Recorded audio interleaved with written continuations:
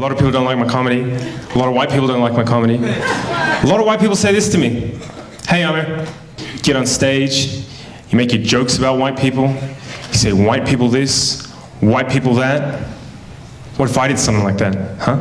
What if I got on stage and I said, yeah, black people are like this, Muslims are like that. You'd probably call me a racist, wouldn't you?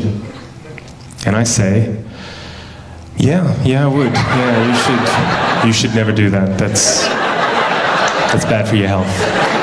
They're like, well, you do that, Amir. You do that. You make your jokes about white people.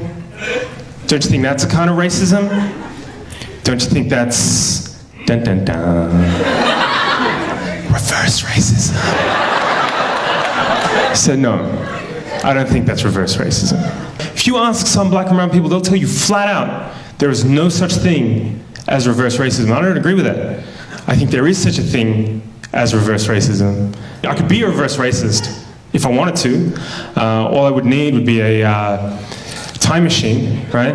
And what I'd do is I'd get in my time machine, I'd go back in time to before Europe colonized the world, right?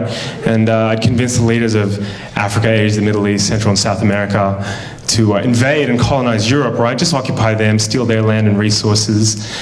Set up some kind of, like, I don't know, trans-Asian slave trade where we exported white people to work on giant rice plantations in China. Just ruin Europe over the course of a couple of centuries so all their descendants would want to migrate out and live in the places where black and brown people come from. But of course, in that time, I'd make sure I set up systems that privilege black and brown people at every conceivable social, political, and economic opportunity. The white people would never have any hope of real self-determination.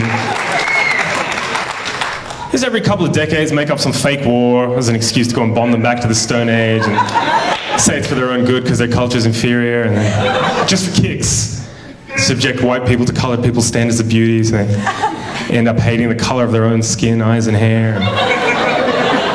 If, after hundreds and hundreds and hundreds of years of that, I got on stage at a comedy show and said, hey, what's the deal with white people? Why can't they dance? That would be reverse racism.